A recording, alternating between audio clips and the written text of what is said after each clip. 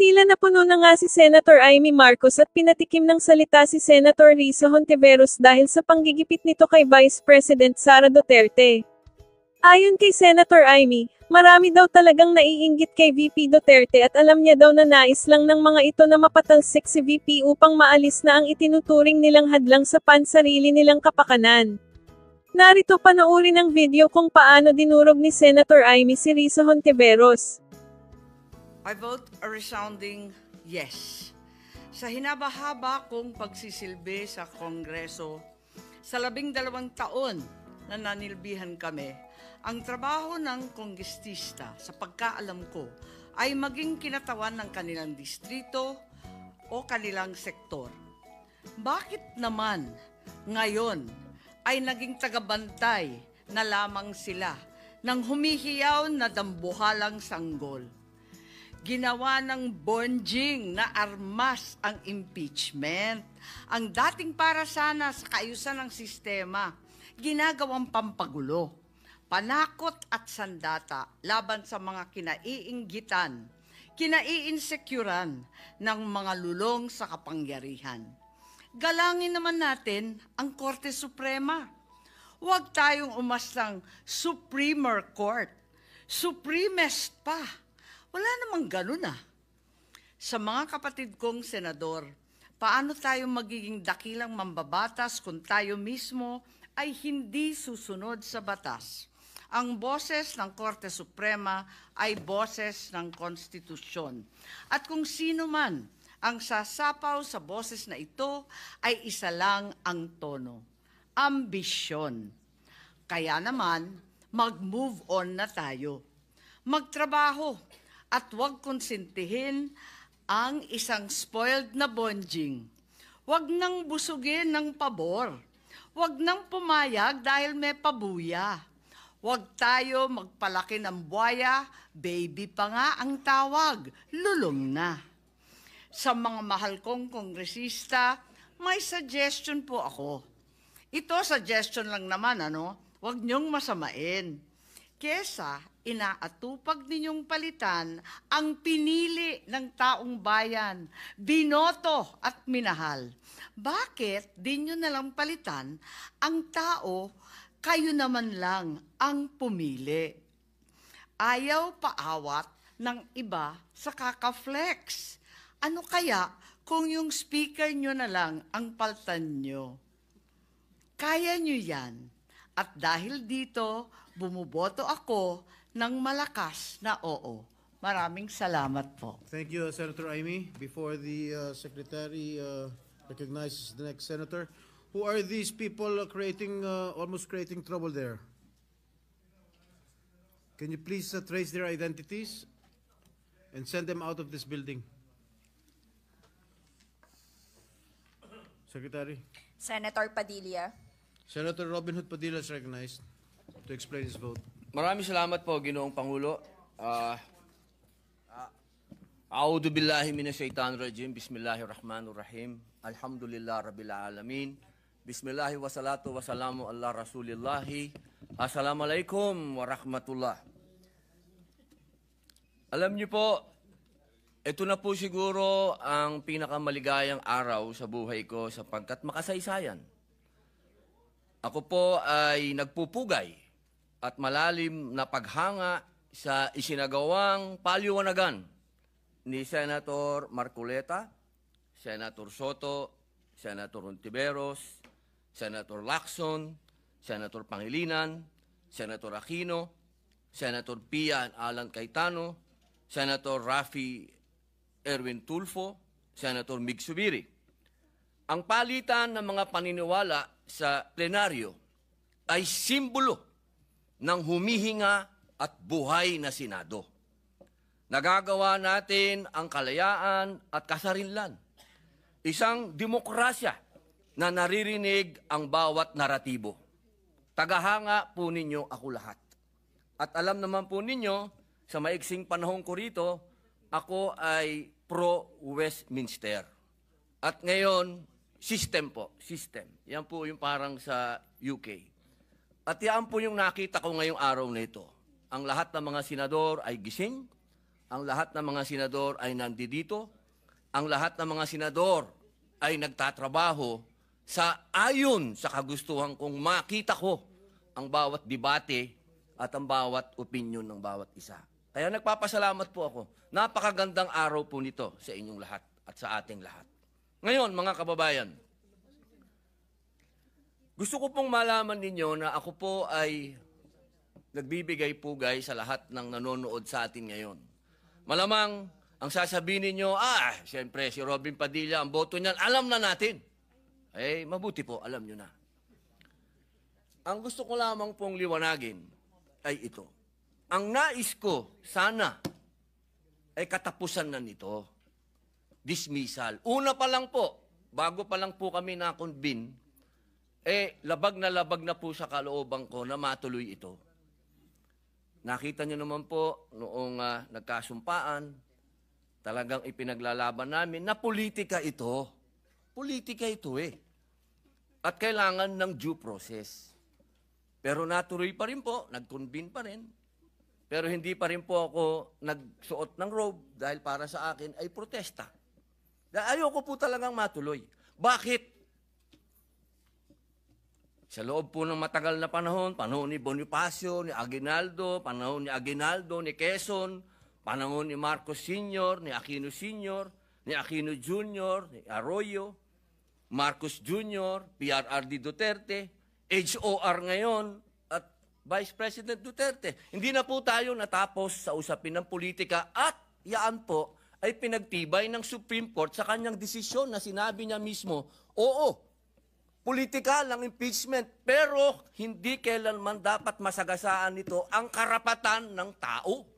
Malinaw at yun po ang pinaglalaban natin at kailangan dumaan sa tamang proseso. At yan po ang pinaglalaban natin. Ngayon, mga mahal kong kaibigan, pagkatapos po natin marinig ang bawat punto ng bawat isa, sana po, matapos na po ito at harapin na po natin ang mga tunay na problema ng bayan. Katulad po ng sweldo, katulad po ng agrikultura, pagkain, kaguluhan sa West Philippine Sea, sa buong mundo. Ang dami po nating dapat pag-usapan. Total, meron pa naman pong Pebrero. Ang sinabi naman po ng Supreme Court, at ang Supreme Court naman po, ang siya naman po dapat na sinasabi ng saligang batas. Malinaw po. Matagal po akong ginawang chairman ng constitutional ni dating Pangulo Mig Subiri. Pinagkatiwalaan niya po tayo, pinag-aralan po natin yan. At malinaw sa konstitusyon na ang magpapaliwanag ng saligang batas ay Supreme Court. Kaya sana po, ako'y malungkot talaga dahil napunta tayo sa archive. Yung archive, binasa ko pwede pala yan hukayin anytime, kung ano man. So, hindi pa rin tayo natapos. Kaya sana po, bagamat ang boto ko ay yes, aray. Gusto kong malaman at mailagay po sa lathalan ng Senado na ako'y may reserbasyon dyan. Malaking reserbasyon ko dahil gusto ko dismissal. Tapusin na natin to. Hindi pa tayo natapos Total, nasabi na lahat. Ilang oras ang banatan. Pero hindi pa rin natapos. Kaya po, mga mahal kong kababayan, bago po ako umupo, nais ko pong malaman ninyo na ang inyong Senado ay tumatakbo. Huwag po kayong malungkot sa mga hindi pabor sa amin o sa mga pabor naman. Isa lang po ang masasabi ko. Tigilan na natin ang politika at mahalin natin ang bawat isa, magkaisa na tayo, pag-usapan natin ang mga totoong problema. Maraming salamat po. Thank you, Senator Robin Hood Padilla, Madam Secretary. Senator Pangilinan. Senator Francis Kiko Pangilinan is recognized to explain his vote.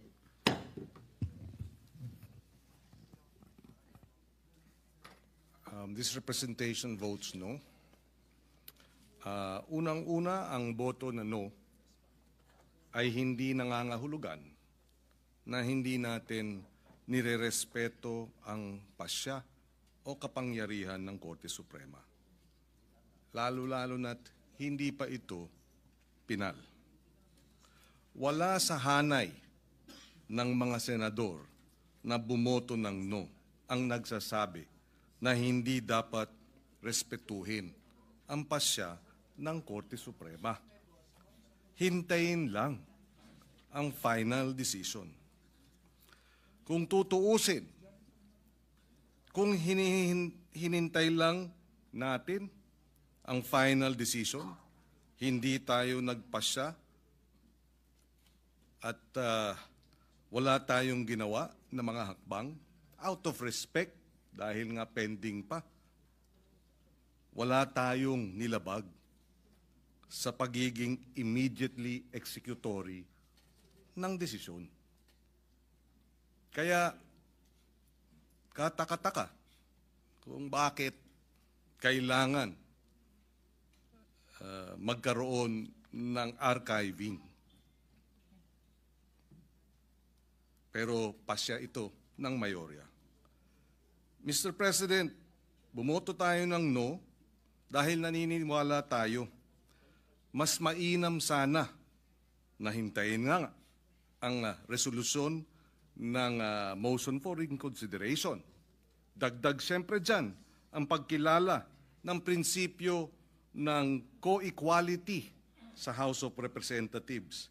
Yung interchamber courtesy, yung pagbibigay galang sa isang co-equal, respeto sa isang co-equal. Kaya nais po sana nating i-lay muna yung matter on the table. To vote to archive the complaint despite the MR still pending, I believe, Mr. President, and I believe the others who voted no share this position, is premature, as the ruling may still be reversed or modified. In addition, at ito nga ang isang contention, to vote to archive the impeachment complaint, if at all, is to give the Senate the powers which are only reserved for the impeachment court, deciding, trying, and deciding impeachment cases. Precedents were cited in that the Senate and not the impeachment court acted on the impeachment cases of former President Estrada and Merceditas Gutierrez. But we submit, iba yung facts nung mga kaso na yon. In the Estrada case, supervening events led to the termination of the trial. In the case of Gutierrez, the Senate did not convene as an impeachment court. Kaya iba, apples to oranges, ika nga. We believe archiving the case is a matter exclusively within the powers and jurisdiction of the Senate Impeachment Court. Kaya lay on the table sana ang maayos na proseso under our rules. Allow me to reiterate that the final decision of the Supreme Court, yes, must be respected. The Supreme Court ruled that the impeachment court did not acquire jurisdiction, and its ruling rendered the official acts of convening as a court, of taking the oath, issuing of summons, and remanding the complaint as, for all intents and purposes, nullified.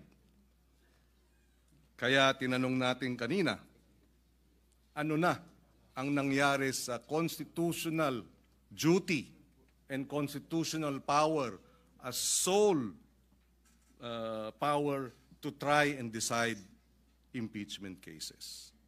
We took an oath to uphold and defend the Constitution, and that includes our own determination whether or not the nullification of the acts of the impeachment court, an exclusive sole power to try and decide impeachment cases,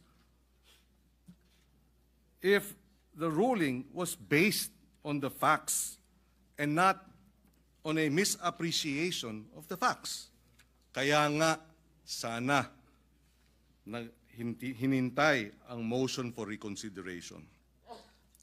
The impeachment court being ousted of its jurisdiction by the Supreme Court is unprecedented, based, and sadly, as we read the ruling, the decision, based on the wrong facts. It is disturbing. The distinguished minority leader pointed out, point for point, in his interpellation and manifestation, the errors in the facts that the Supreme Court based its findings of grave abuse. I reiterate, one cannot be right with the law if one is wrong with the facts. And that's why napakahalaga nung motion for reconsideration. There is still an opportunity for the errors to be corrected, kaya nandyan ang MR. And this is the reason why we voted no. Napaka-precedent setting nitong nawalan ng jurisdiksyon ang impeachment court, nawalan ng kapangyarihan o isinantabi ang kapangyarihan, sole power of the House of Representatives to initiate proceedings, at naway sa pamamagitan ng motion for reconsideration, mabalik yung ating kaninang nabanggit na ma-harmonize yung lahat ng mga constitutional provisions na hindi nag-aaway kung hindi lahat ay mabibigyan ng legal at binding effect. The power of judicial review, the sole power to initiate impeachment proceedings, and the sole power to try and decide cases of the Supreme Court, of the House of Representatives, and of the Senate. Maraming salamat. Thank you, Senator Pangilinan. Mr. Secretary. Senator Soto. The minority leader is recognized to explain his vote.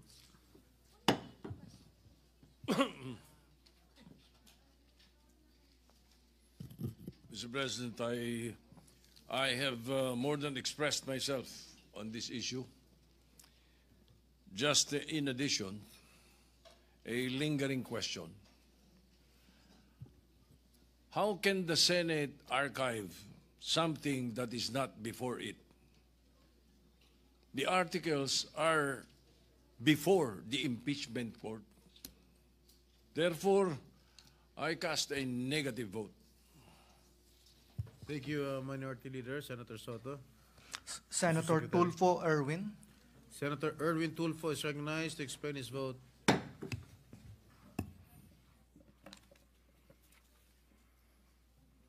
Ginoong Pangulo, mga kapwa kong senador at sa sambayanang Pilipino. Bumoto po ako ng yes sa mosyon na sumasang-ayon sa desisyon ng Korte Suprema sa impeachment case laban kay Vice President Duterte. Ito po ay hindi sa gusto kong iligtas ang Vice Presidente, kundi dahil malinaw ang sinasabi ng ating batas at mas malinaw pa ang desisyon ng Korte Suprema na ito po ay labag sa konstitusyon. Alinsunod po sa one-year bar rule, hindi maaring magsampa muli ng impeachment complaint ng 1 taon matapos ang naunang reklamo. Ayon po sa kataas-taasang hukuman, ito ay nalabag. At bilang mambabatas, hindi ako pwedeng pumikit na lang sa harap ng isang tahasang paglabag sa ating saligang batas. At para saan o ano pa ang saysay ng panunumpa natin noong nakaraang linggo sa tungkulin na nakasaad doon na that I will protect and defend the Constitution kung ito ay susuwin lang naman natin. Ngunit linawin ko ito. Ang boto kong ito ay hindi para iabsuelto si VP Sara Duterte. Sa totoo lang po, gusto ko siyang humarap sa paglilitis upang maipaliwanag ang mga issue upang sumagot sa mga tanong ng taong bayan at upang harapin anumang pananagutan kung ito'y nararapat. Dahil ang paninilbihan sa taong bayan ay hindi po pribilehyo, kundi isa ring pananagutan. Public service is not just a privilege, rather it carries also huge responsibilities.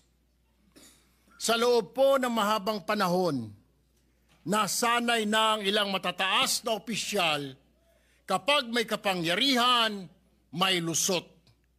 Kapag mataas ang posisyon, immune sa tanong o investigasyon. Tama na, panahon nang baguhin ito. Kung tunay po na walang kasalanan si VP Duterte, dapat siya mismo ang manguna sa pagbubukas ng lahat ng dokumento, paggamit ng budget at mga hakbangin niya bilang pangalawang Pangulo at kalihim ng DepEd. Walang dahilan para umiwas kung malinis po ang konsensya. Ang boto kong yes ay hindi pagtatanggol sa kanya, kundi pagtatanggol sa legalidad ng proseso. Hindi po ito ang wakas. Kung may basehan at sa tamang panahon, hindi po ako magdadalawang isip na suportahang muli ang isang lehitimo at makatarungang impeachment. Dahil ang pamahalaan po ay para sa taong bayan, hindi po para sa iilang nasa puder. Maraming salamat at mabuhay po ang sambayanang Pilipino. Maraming salamat, Senator Erwin Tulfo. Ginoong Sekretaryo. Senator Tulfo, Rafi. Senator Rafi Tulfo is hereby recognized to explain his vote. Mr. President, my vote is yes. Let me explain my vote. My dear colleagues, in our Constitution, the sovereign Filipino people agreed to establish a government that will run our country. Malinaw dito kung ano ang kapangyarihan ng bawat sangay. Ang legislatura ang tagagawa ng mga batas. Ang ehekutibo ang tagapatupad ng batas. On the other hand, ang Korte Suprema naman ang taga-interpret o tagapaliwanag ng batas kapag may hindi malinaw dito o may pagtatalo kung paano ito ipapatupad.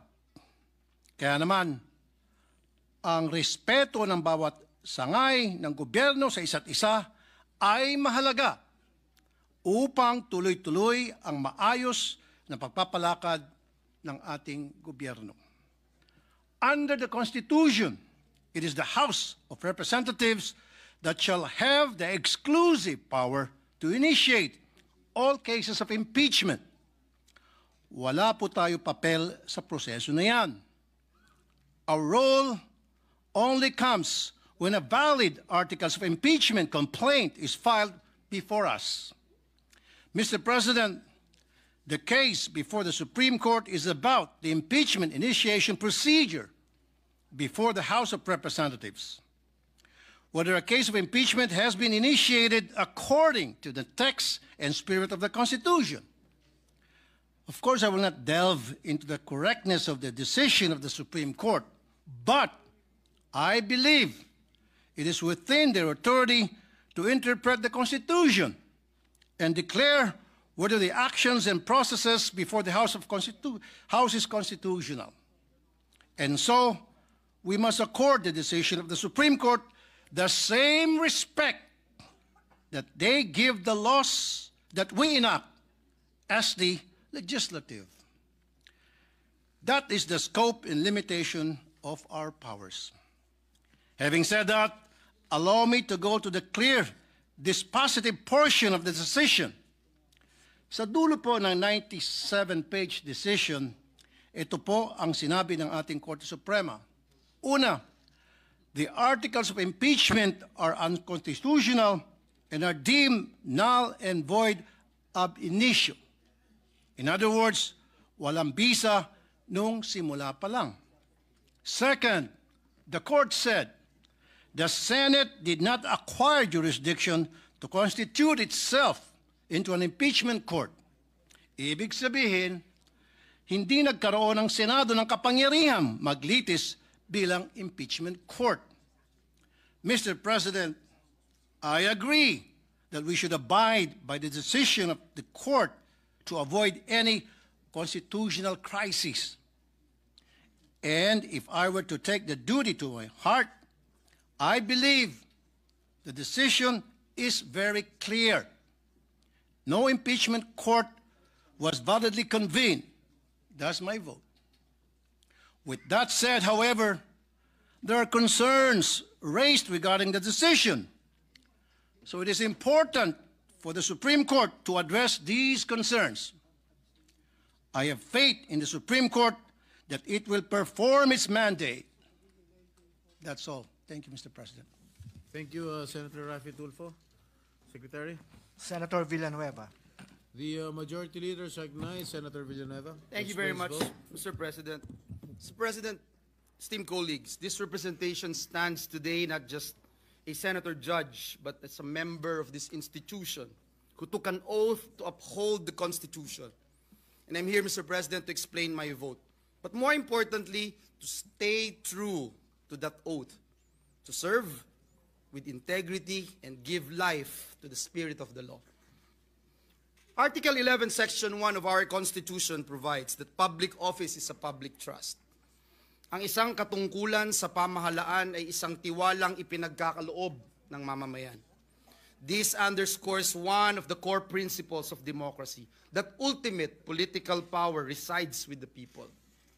And thus, the preamble starts, Mr. President, we, the sovereign Filipino people, because the government's authority and legitimacy emanates from the people. Thomas Jefferson encapsulated the expectation from a person holding public office in one sentence.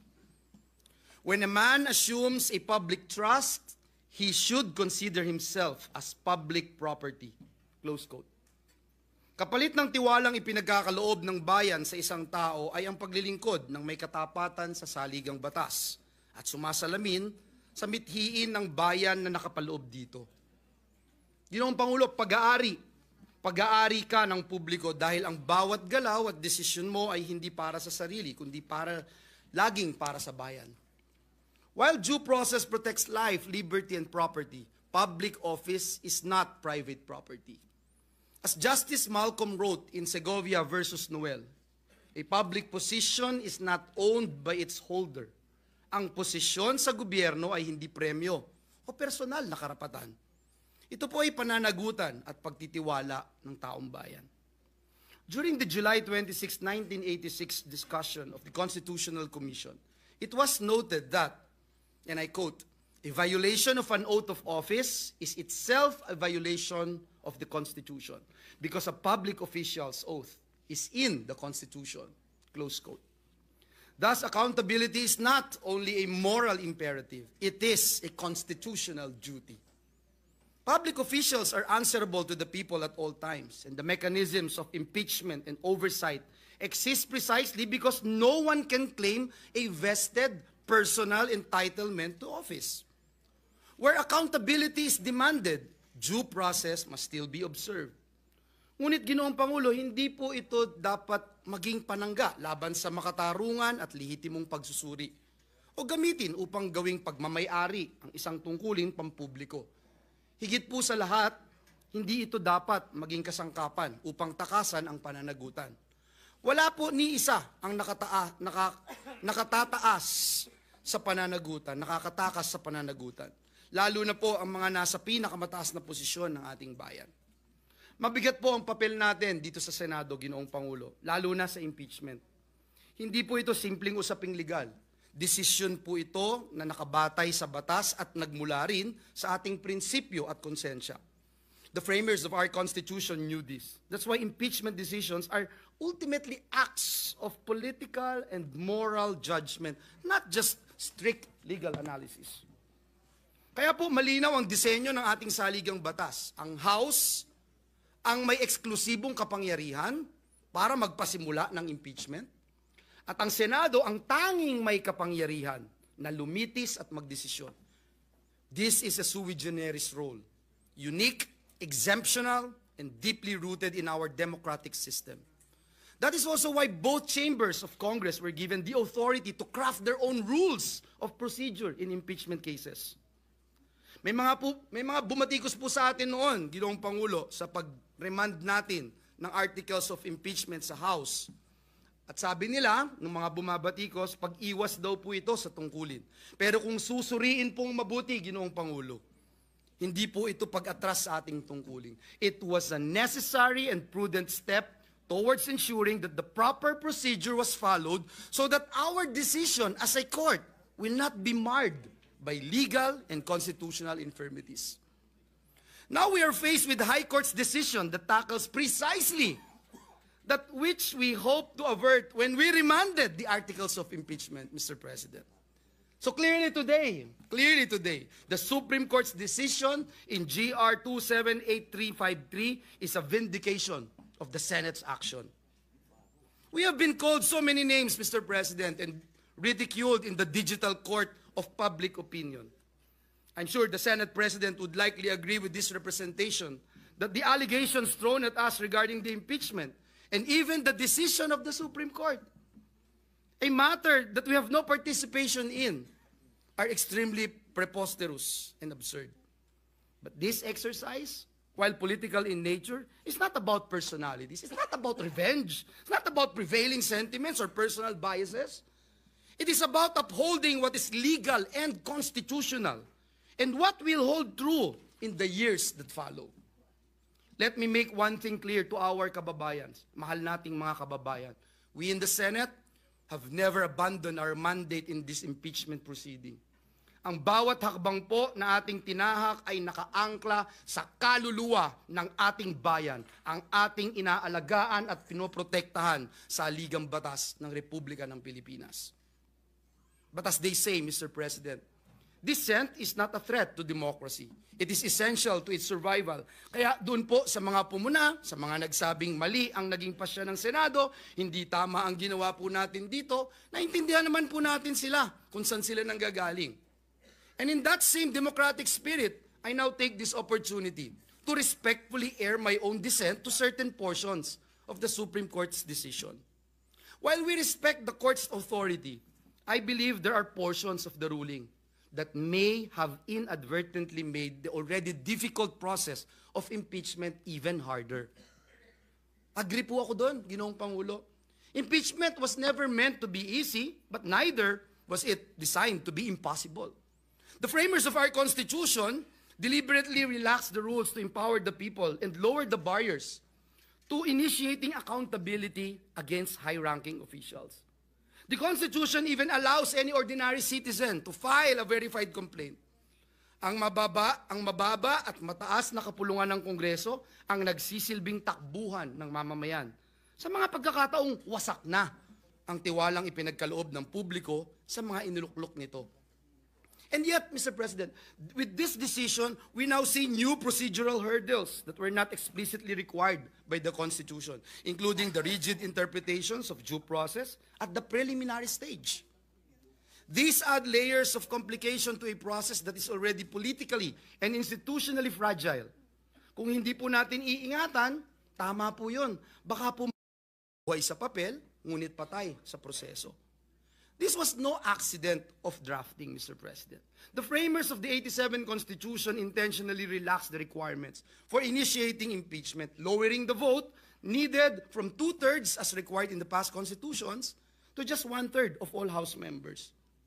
As explained by the framers of our Constitution, this was meant to I quote, make it easier, not harder, to hold high public officials accountable, close quote.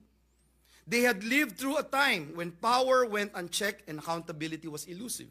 Kaya siniguro po nila na ang kapangyarihan ay laging may akaakibat na pananagutan. Mr. President, this representation did not come to this decision lightly. We understand and value the necessity of public accountability. Naiintindihan po natin yan. Napakahalaga po niyan. Walang sino man po ang dapat mailagay sa pedestal na hindi kayang abutin ng batas. Pero ang pananagutan po ay kailangan dumaan sa tamang proseso. Isang proseso na hindi lamang makatarungan, kundi naaayon at tumatalima sa saligang batas ng Republika ng Pilipinas. Sa mga ganito pong sitwasyon, hindi po naaalis sa aking isipan. Kung may mga pagkakataon meron po bang pagkakataon na maaaring labagin ng Senado ang mga ipinag-utos ng Korte Suprema? Maaaring halimbawa po nito ay kung may klarong panghihimasok sa internal rules o procedure ng Senado, ang Korte Suprema.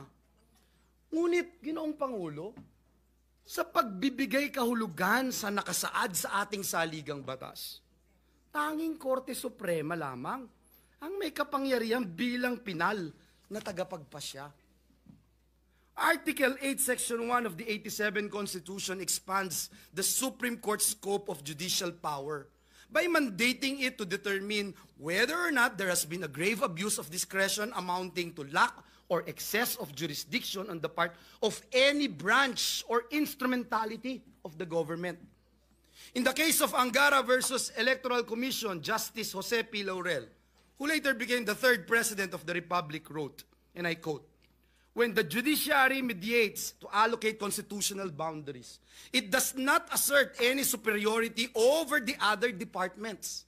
It does not in reality nullify or invalidate an act of the legislature, but only asserts the solemn and sacred obligation assigned to it by the Constitution." Close quote.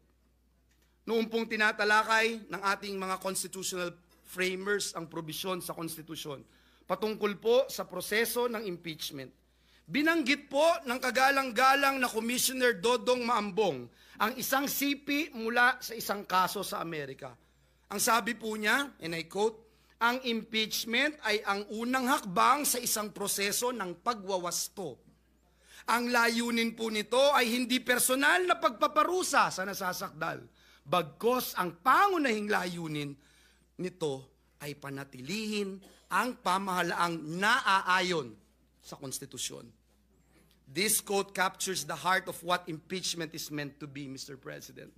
It is not about personalities or punishment. It is about protecting the very structure of our constitutional democracy. And sometimes protecting that structure means accepting limits, even when we disagree with how those limits are drawn.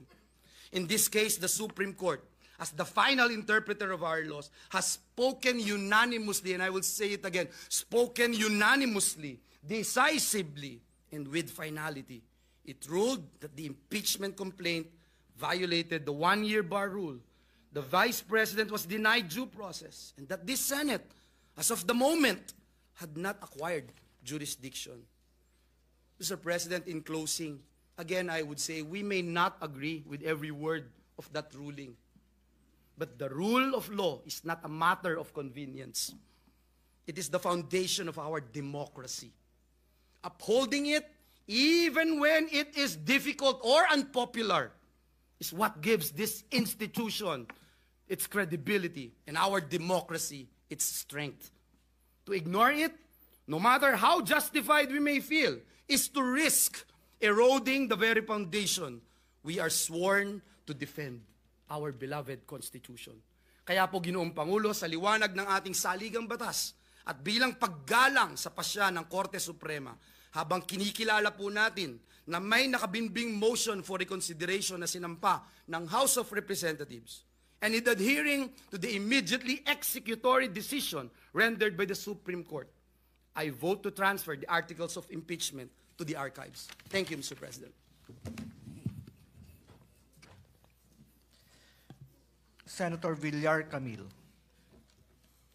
Senator Camille Villar is recognized. You may proceed, ma'am.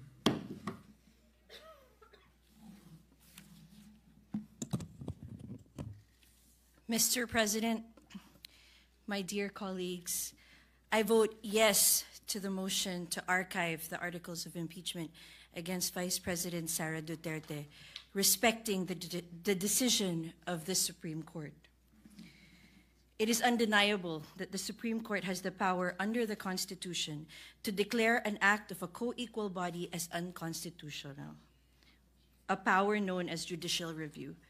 The power allows the Supreme Court to ensure that all branches of the government act within the bounds of the Constitution, and it should be respected. The three main branches of our government, the legislative, executive, and judicial, each is vested with distinct powers and functions by the Constitution, none superior to others. Each operates independently with its own sphere of authority and serves as a check and balance on the others to prevent abuse of power. This is the foundation of our democracy, and it ensures the rule of law, accountability, and protection of rights of all Filipinos. In this case, the Supreme Court has spoken. By a unanimous vote, the Supreme Court declared in clear and unequivocal terms the articles of impeachment against Vice President Sara Duterte unconstitutional and null and void ab initio for violating the one-year bar rule and due process clause. As a result, the Senate did not acquire jurisdiction to constitute itself into an impeachment court. This decision, finally, is immediately executory. Mr. President, we have heard many good arguments in the recent weeks from both sides. Just today, being the youngest member of this robust body, I have learned so much from our esteemed and distinguished colleagues. But to me, it is simple. The opinion, or the most important opinion, is that of the final arbiter of our Constitution, and that is the Supreme Court. I have faith that the Supreme Court has done their duty and fulfilled their mandate. Being a legislator and a public servant, it is my duty to abide by that decision. Not too long ago, I took my oath of office as a senator, and I swore to support and defend the Constitution, and I adhere to that today. To do otherwise can lead to uncertainty and chaos, and even a constitutional crisis. This is what the rule of law expects from each and every one of us. And to respect the rule of law is to respect our democracy. And that is why I vote yes to the motion before us. Mr. President, dalangin ko sana na marisolba na natin ngayon ito upang mapagtuunan na natin ng pansin ang mga tunay at malalaking problema na hinaharap ng ating bansa at ng ating mga kababayan, katulad ng mataas na presyo ng bilihin, pagkaroon ng wastong hanap buhay, kalusugan at kaligtasan ng bawat Pilipino. Maraming salamat. Thank you, Senator Villar. Senator Villar Mark. Senator Mark Villar is recognized. You may proceed, sir. Thank you, Mr. President. I rise to vote yes and explain my vote on the matter before us, and to explain why we compromised today on archiving this very important topic. But of course, we must always remember that the status quo is that the Senate has no jurisdiction. So in legal speak, this complaint is null and void. Last July 25, the Supreme Court rendered a unanimous decision declaring the articles of impeachment against Vice President Sara Duterte unconstitutional, noting that it is barred by the one-year rule under the Constitution and that it violates due process. The merits of this decision are not an issue before us. The sole question we need to answer is whether the Senate should respect the decision of the Supreme Court. And I say clearly and emphatically, yes. The Supreme Court has the ultimate authority to interpret what the Constitution is. No one, including the Senate, can substitute its opinion over the courts in any matter concerning the Constitution. And the Constitution itself, in Article 8, Section 1, entrenches the court's role in interpreting the Constitution and determining whether there has been a grave abuse of discretion amounting to lack or excess of jurisdiction by any branch or instrumentality of the government. This includes the Senate, even when acting as an impeachment tribunal. Justice Laurel laid down the doctrine in the Supreme Court as the final arbiter of constitutional issues in Angara versus Electoral Tribunal, where it was stated that when the judiciary mediates to allocate constitutional boundaries, it does not assert any superiority over the other departments.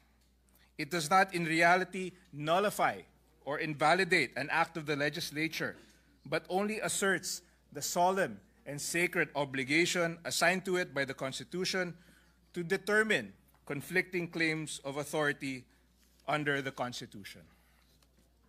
At dahil nagdesisyon na po ang Korte Suprema, tungkulin po ng Senado na sundin ang desisyon na ito.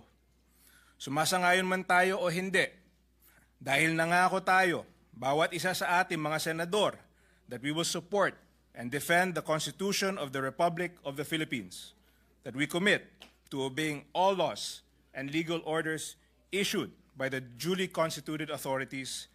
Nasa oath of office po natin ito. In staying true to our oath of office, we must abide by the order of the duly constituted authority in matters of the Constitution, the Supreme Court. We must uphold the Constitution.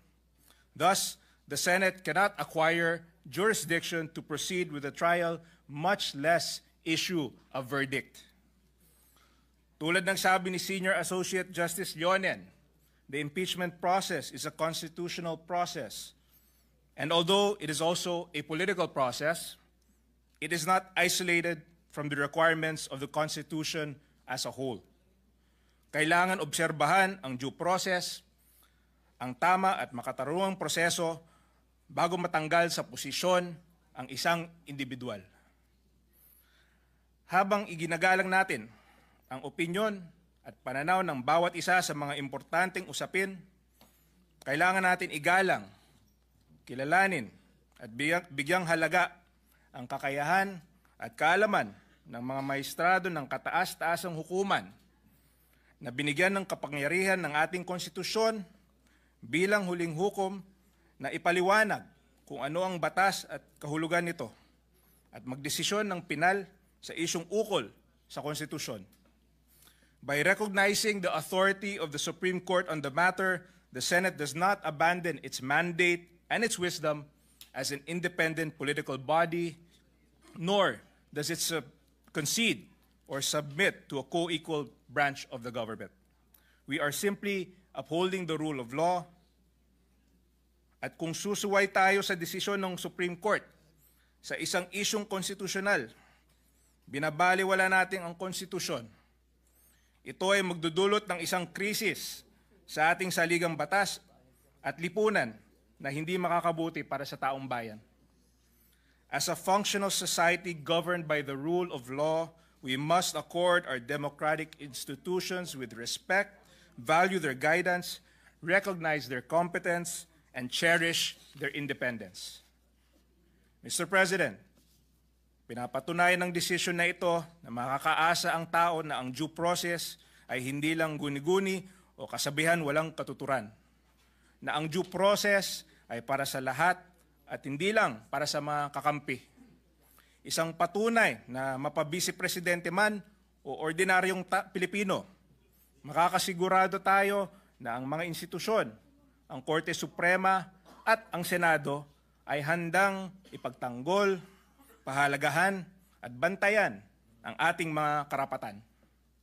Without the rule of law, people may act without accountability, government leaders may act on personal interest, individual rights can no longer be guaranteed. Without the rule of law, there can be no justice, no order, and no real democracy. To end, I would like to quote Supreme Court Senior Associate Justice Leonen, who penned the decision.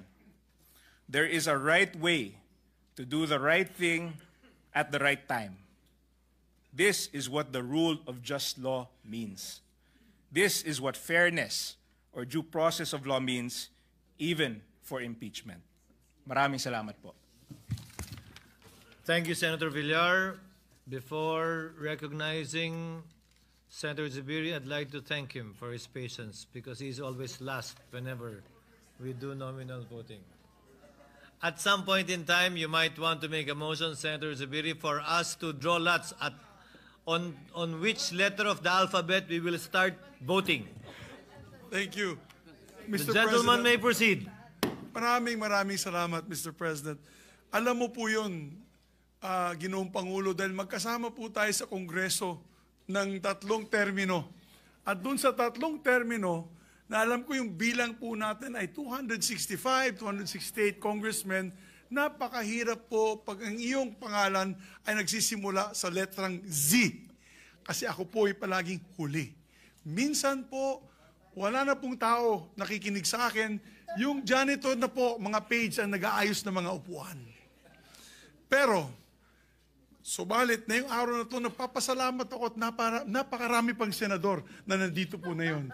Nandito si Senator Bato, Senator Bong, Senator Robin Padilla, Senator Amy, Senator Erwin, Senator Mark Villar, our Senate President Pro Temp, who's not listening, but he's here with us today, together with the movant, Senator Marcoleta, and all the rest, no? Nandito ang 2 Cayetano na kaibigan natin, yung mga seatmates nandito, and minority.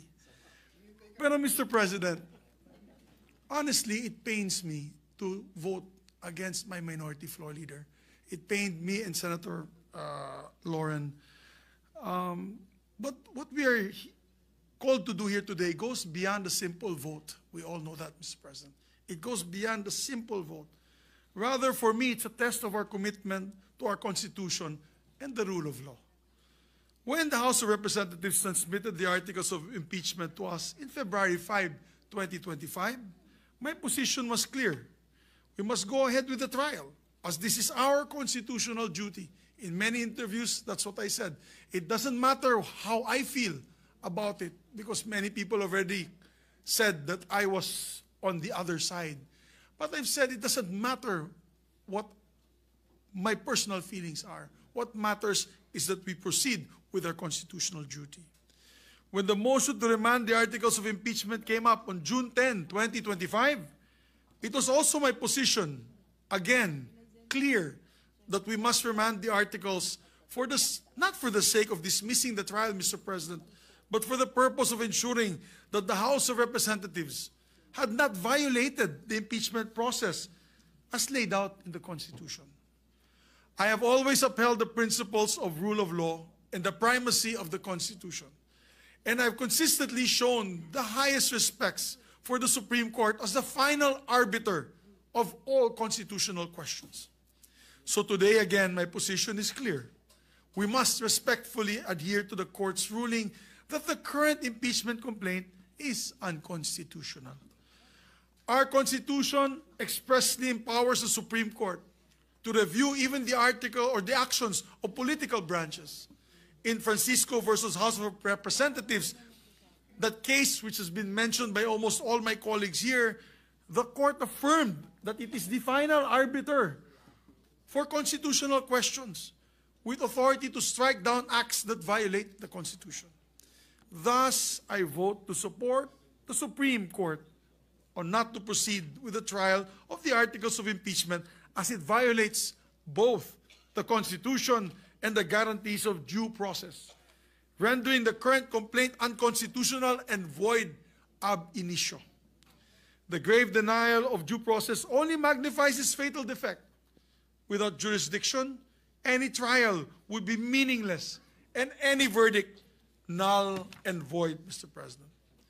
To disregard the court's unanimous ruling would be to invite a constitutional crisis and to break our oath to support and defend our Constitution. The power of impeachment is not without limits, Mr. President, my dear colleagues. It must be exercised within the boundaries set by the Constitution as interpreted by the Supreme Court.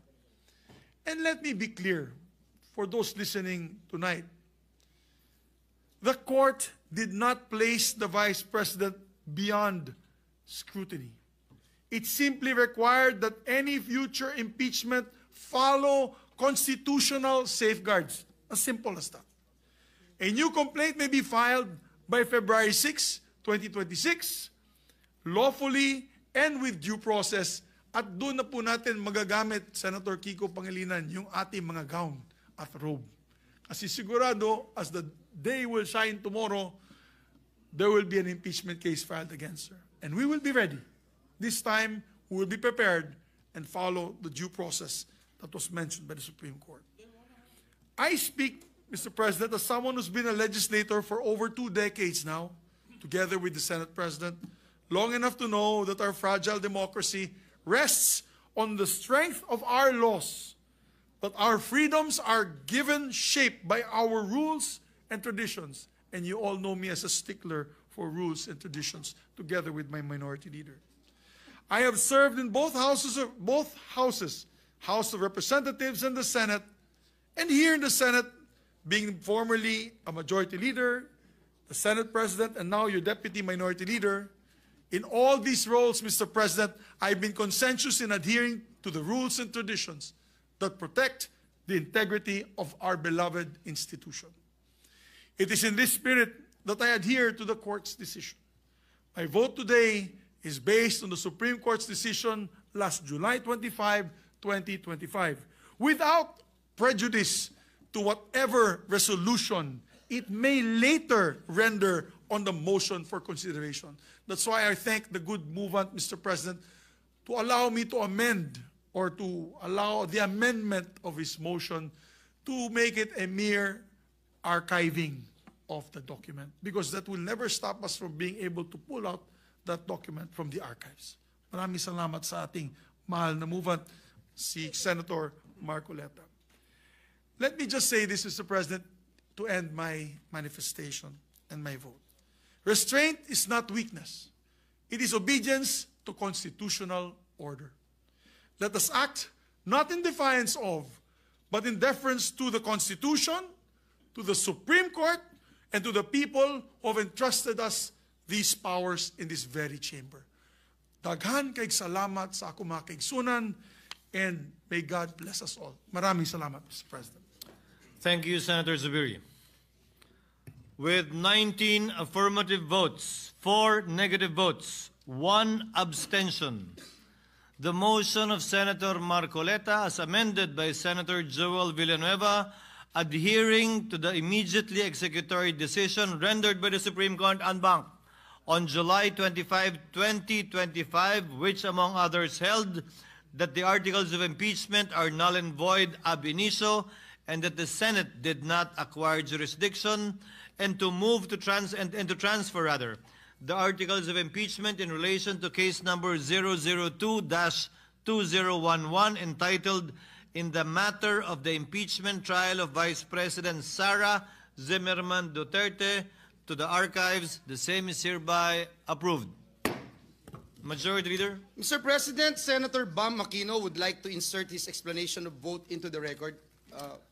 So inserted as requested by Senator Bam Aquino into the records, with Senator J.V. Ejercito, as well as that of Senator J.V. Ejercito. What is the pleasure of the Honorable Pangilinan? Yes, just a parliamentary inquiry, Mr. President. If I recall, in previous votes, we first get the results of the vote before we go through an explanation of the vote. It seems like we have changed the process of voting. That was upon the motion of Senator Zubiri earlier, which the chair explained before we put the matter to a vote. I raised this question because, well, the reason why, at least the practice was, the votes first before the explanation is that at times when there are contentious voting, the quorum may suddenly disappear, or there will no longer be a quorum because of the long process of voting. So the gentleman is correct unless a member asks that the procedure we just adopted is instead followed, and in this particular instance, the Honorable Zubiri moved without objection from any member, hence the procedure that we adopted. Mr. President, Senator Zubiri. Therefore, that motion that I made was only for today. Okay. We can go back to traditional practice. That is the understanding. Thank you very much, correct, Senator Zubiri. Thank you for the clarification, Mr. President, Mr. Majority Leader. Majority Floor Leader. Yes, Mr. President, some administrative matters, Mr. President. May I move, Mr. President, that we dispense with the reading of the journal of the 5th session, Tuesday, August 5, 2025, and consider the same as approved. So move, Mr. President. Any objection? Hearing none, motion of the majority leader is approved. Mr. President, with the consent of the body and noting that for some measures this shall lead to a third committee referral, and upon consultation with the minority and conformity of the chairperson of the Committee on Games and Amusement, I move for the secondary committee referral and or change of secondary committee referral as the case may be on the following measures concerning anti-online gambling to the Committee on Banks, Financial Institutions, and Currencies, while the prior secondary referrals will now be third committee referral. This is in view of the measures' implications on the financial and banking system, particularly with respect to fund transfers and other financial transactions associated with online gambling platforms. These are Senate Bill number 30, 47, 57, 142, proposed Senate Resolution number 12, proposed Senate Resolution number 19, and the privilege speech of Senator Zubiri delivered last July 30, 2025. I so move, Mr. President. The understanding is the lead committee will still be the Committee on Games. The majority leader simply changed the secondary Yes, committees. Mr. President, that is correct. May we know if there is a third committee being referred to? Majority leader. Sorry, what's the question? If the third committee is Ways and Means, we have no problem with that. But if the third committee, as I read it, is the banks, that does not fall in the Rule 10, Section 15. That's the second, Mr. President. Second, not the third. Not the third. So there are only two committees. Referral. 3, Mr. President. 3. What is the third? The third is the Ways and Means. Yeah, no problem with that. What about the others? I have a list here of your PS 19 and the privilege speech of Senator Zubiri referred to 3, 4? Including the privilege speech, Mr. President, of Senator Mig Zubiri. You are referring it to 4 committees? 3. 3 committees only, Mr. and not President. Ways and Means and Banks and not Ways and Games Means and or Amusement, Finance. Mr. President. Yeah, Games and Amusement if being it's the not lead Ways committee, and Mr. Means or Finance and you go beyond 2, you refer it to the Committee on Rules.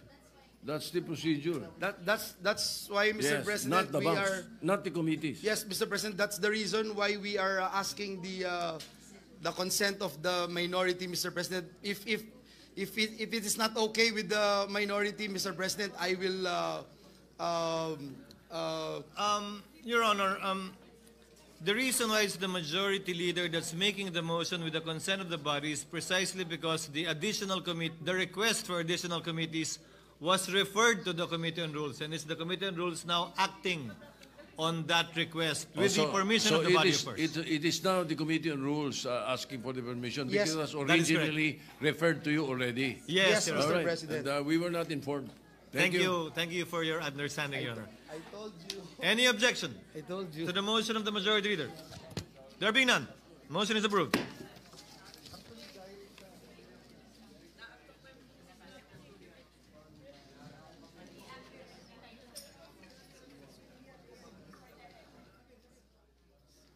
Mr. President,